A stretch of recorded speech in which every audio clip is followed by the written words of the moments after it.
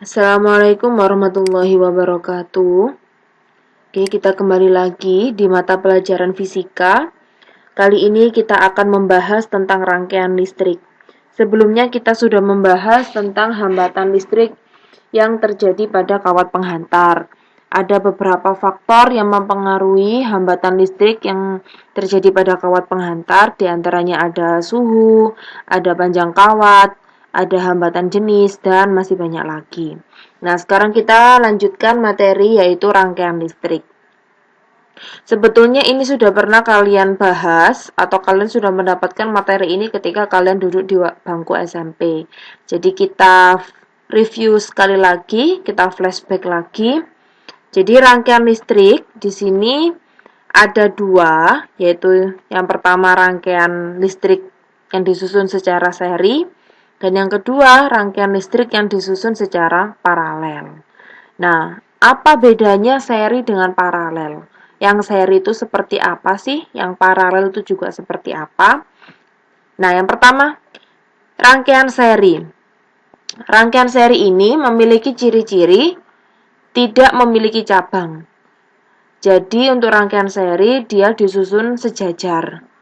Ya, karena tidak memiliki cabang. Kemudian yang kedua, nyala lampu lebih redup. Ciri-ciri yang ketiga biasanya hanya menggunakan satu kabel. Berhubung dia tidak memiliki cabang, maka untuk rangkaian seri ini hanya butuh satu kabel saja. Ciri-ciri selanjutnya yaitu boros listrik, dan ciri-ciri yang terakhir, jika lampu satu mati, maka lampu yang lain juga ikut mati. Nah, gambarnya seperti ini untuk rangkaian seri. Kelemahan dari rangkaian seri ini, dia ketika lampu A, contohnya lampu yang di ujung sini, dimatikan, maka lampu kedua dan lampu ketiga juga ikut mati. Kenapa? Karena dia disusun secara sejajar. Nah, jadi kalau lampu satu mati, maka lampu yang lain juga ikut mati. Itu salah satu kelemahan dari rangkaian seri. Nah, kelebihannya apa? Dia tidak boros di kabel. Jadi dia hanya butuh untuk satu kabel sudah cukup untuk rangkaian seri. Oke. Untuk rumus hambatan pengganti rangkaian seri, nah di sini dirumuskan untuk RS, ya, RS atau hambatan pengganti rangkaian seri itu sama dengan penjumlahan dari hambatan pertama ditambah hambatan kedua tambah hambatan ketiga sampai hambatan ke N. Jadi ini tergantung dari rangkaian tersebut. Kalau misalnya rangkaian tersebut memiliki hambatan hingga 5 hambatan, maka di sini tinggal ditambahkan sampai hambatan kelima. Dan sekali lagi, R ini adalah hambatan yang mana satuannya adalah ohm. Nah, di sini dibedakan RS. RS itu untuk hambatan pengganti rangkaian seri, agar berbeda dengan hambatan pengganti rangkaian paralel. Tuh. Oke, selanjutnya kita bahas yang rangkaian listrik yang disusun secara paralel. Ciri-ciri dari rangkaian listrik yang disusun secara paralel itu yang pertama memiliki cabang. Kemudian yang kedua disusun secara bersusun. Jadi dia bukan lagi disusun secara sejajar tapi bersusun. Nyala lebih terang.